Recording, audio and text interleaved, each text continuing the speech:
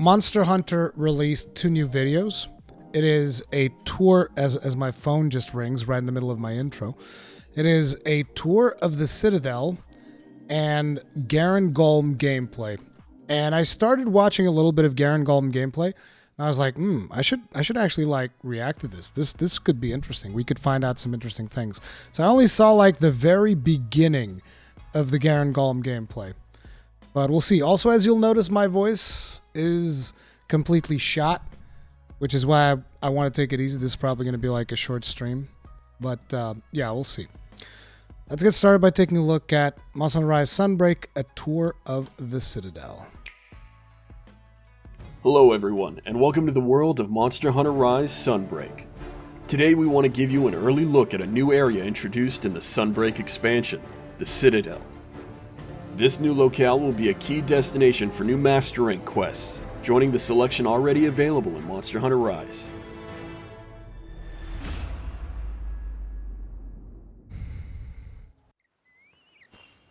Upon arriving here, one of the first things you'll notice is the unique fauna and flora to this location, as well as the castle ruins, an iconic landmark of the region.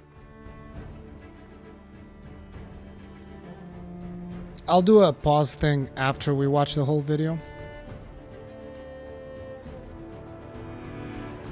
This land was once a thriving part of the kingdom, but is now devastated, leaving plenty of room for nature to take its course and grow around it.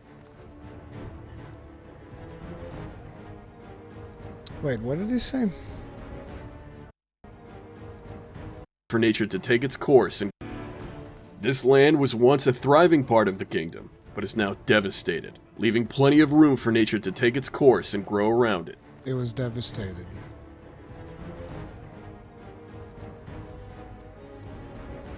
This also includes dangerous species that can leave their mark in ominous ways. Malzeno.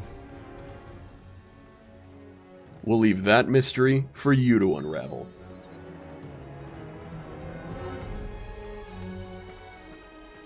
The Citadel also features a variety of different landscapes and biomes, ranging from ice-covered snowy regions to foggy swamplands. This map has to be massive.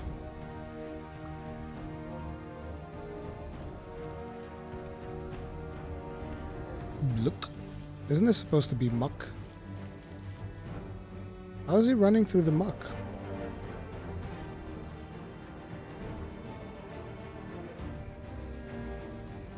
At nighttime, the Citadel glows with an alluring and perilous purple aura.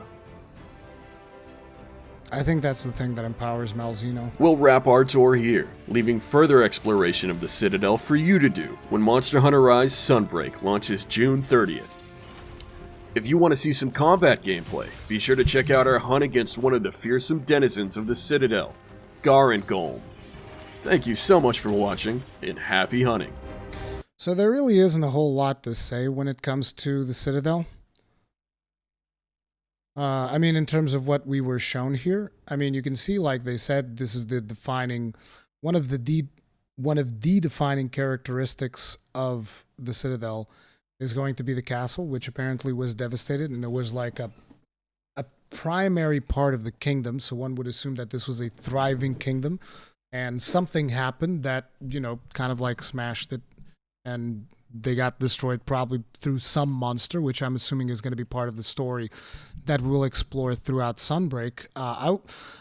In my mind, the picture that is forming is kind of like a Fatalis scenario with trade, except it's Malzeno and the other 2 lords with obviously Garangolm and what's the name of the wolf? Lunagaron. So Malzeno, Lunagaron, and Garangolm were probably the ones responsible for the destruction of the kingdom. It's just... I mean, that is my assumption. I'm not 100% sure. It's weird because it feels like this happened a long time ago, and yet only now are we being kind of like summoned to Elgato to assist him. Maybe it's all about the thing about Rondine coming over to Kimura to search for Tatara Steel in order to, you know, fight back against these evil monsters that destroyed this part of the kingdom.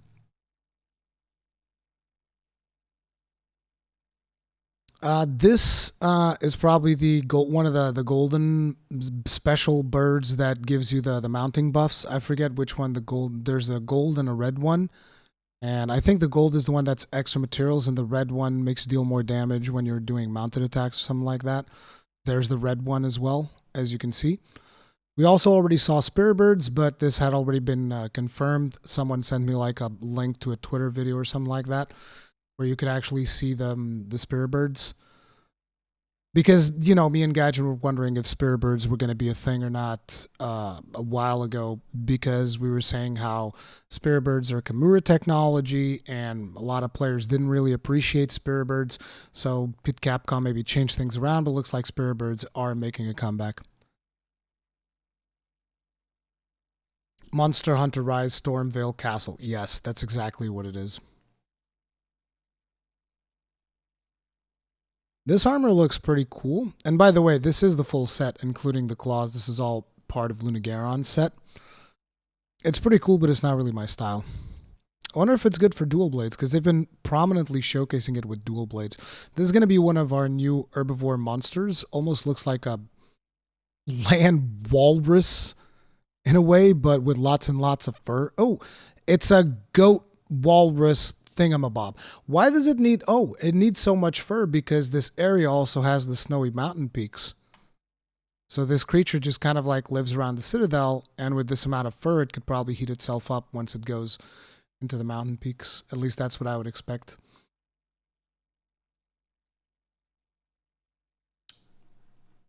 We can see that this was like it feels like this was the center of this map, so kind of like the center of this portion of the kingdom. And you can see that Malzinos took great offense against that, and he was just like, I want to destroy the center and mark it with my presence. I want to take a piss on it with my blood leeches, which, you know, there's those little things with wings that he's got flying around them, which is kind of like Malzino's version of Fulgur bugs, which I'm assuming is going to be like some kind of like a blood Fulgur bug or something like that. He took a dump on it? Yeah, kind of. That's what it looks like. Malzino took a big... I mean, if this is the way the Malzino dumps, you should see a doctor about that, because you should see a doctor if you find blood in your stool. But, yeah.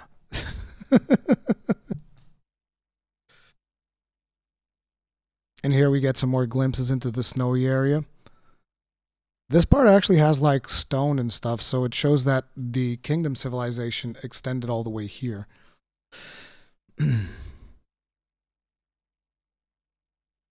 You're also going to get some some swampy marshlands. Now, I'm wondering if this set has something that allows him to walk in this muck, because I suspect that this muck is supposed to slow you down according to some of the footage that we saw previously. So we'll see how that works out. But I think it might be because of his set. The set might have some kind of like, same way that you have walking on snow and water, whatever, aquatic movement, whatever it was called. Probably has something like that, but for muck. All of a sudden, Malzino summons Godfrey. Wait. What are those things? Why is there a light there? Why is there a light in these pillars? Then he goes into Garangolm and he shows us one of the moves. But one of the moves, that move that he shows us of the dual blades, we're going to see it right at the start of the Garangolm gameplay. So I'll just wait until we get there. And now let's go ahead and watch the Garangolm gameplay so that we get some more gameplay out of it. And then I'll also comment on this one. Hello everyone, and welcome to the world of Monster Hunter Rise Sunbreak. Today, we want to give you a glimpse of gameplay from an actual hunt against a new monster introduced in the I'll do the Sunbreak pausing expansion, thing after the we mighty watch it. Garangolm. I really like Garangolm. Out of the three monsters that were revealed, I think Garangolm is the one that I like the Meet most. Garangolm, a hulking fanged beast with a rigid body. Its deep roar is a clear sign that battle has begun, as it fights to protect its home turf around the Citadel. Bounce.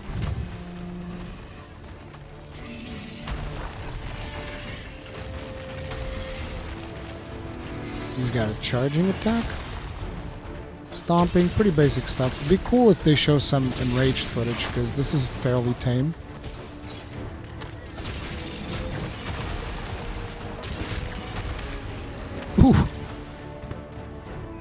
Got that right hook.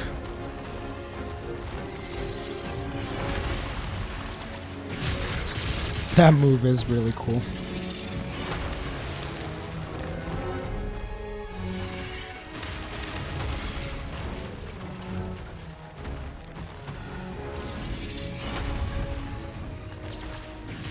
Garangolm may Show not us seem in flashy at first, relying mostly on its brute physical strength to attack. However, after taking a few punches, it'll become enraged, There it is. showing a few elemental tricks it had up its sleeves. Ooh, I Namely, love that. it'll cover its arms in magma and moss, allowing it to deal both fire and water elemental damage.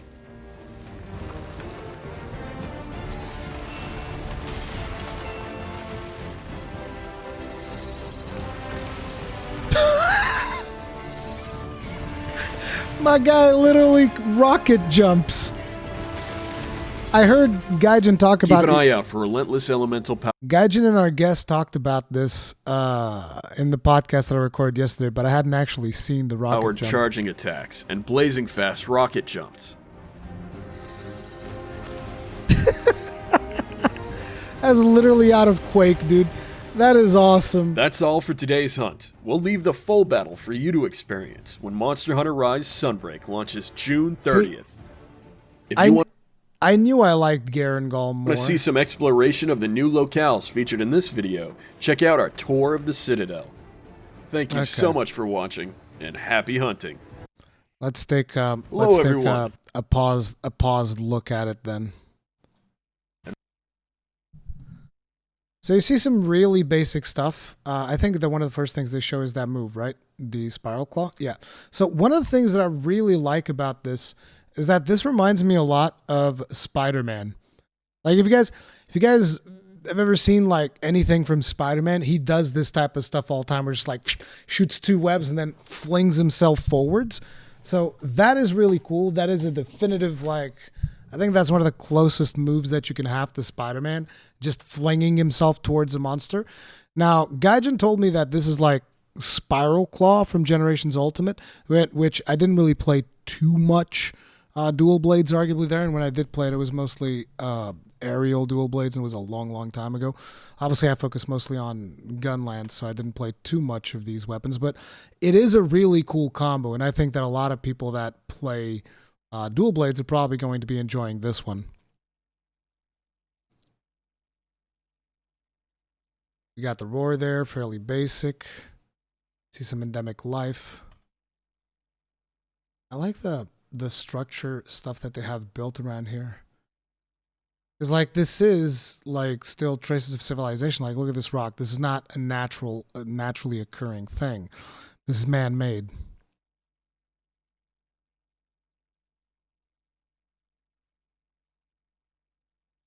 Get yeeted, wirefall. I still think wirefall's too powerful. I don't know if master rank monsters are still going to be able to keep up with wirefall, which let's be honest, until you dial monsters up to 11, you know, wirefall is still a little bit too powerful in my opinion.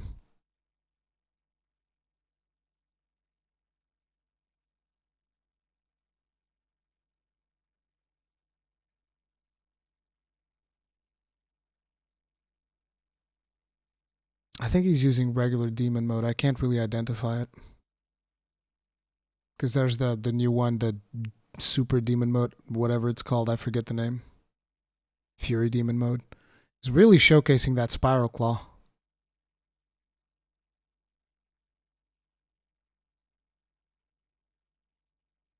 You guys know it was one of the first things that me and Gaijin talked about with this monster, is whether or not we're going to be able to just like crack all of this open. Like that's what we want to do. There's like, can we break this? We want to break this and expose his little monkey head. Terrible. Completely terrible. The hunters are the real monsters.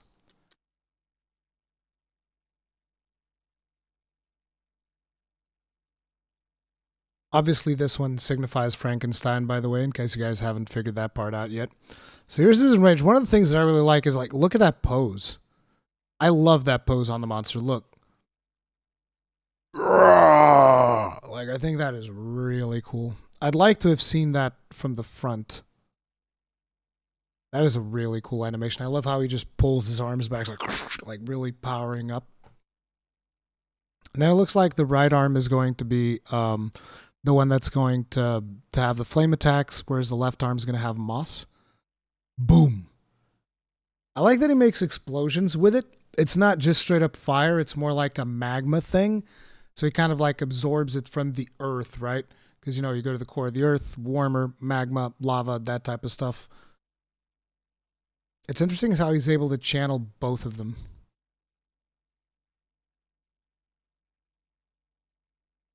When he threw this boulder, I was expecting the boulder to eventually fall, but it doesn't. That made me a little bit sad. So it's kind of just like Rajang does something similar. He just kind of like raises boulders from the ground. It's like, I was hoping that this one would go up and then boom, fall down on top of you. That was pretty cool. Not Frankenstein is monster. Yeah, the monster of Frankenstein. Dude, the rocket jump, like, for those of you who don't know, this is straight out of Quake. This was an unintended thing because, you know, I'm the boomer here. Then again, I think in my audience, there's some people here that are probably above 30, I would imagine. I'd like to imagine there's a lot of people above 30 here. I mean, there's at least Mr. Tummy Giggles. I know he's above 30. But the rocket jump is something that came out of Quake, for those of you that don't know.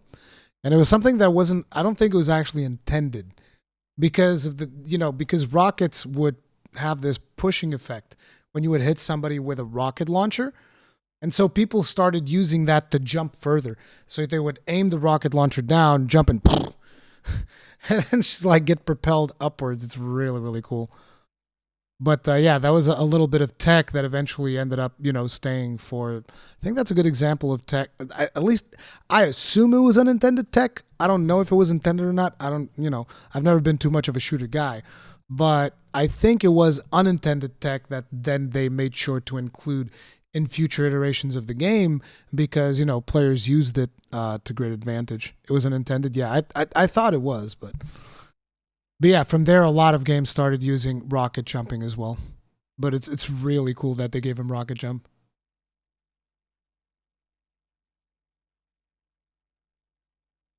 Also, it's cool that whenever he does his charging attack, it leaves explosions behind.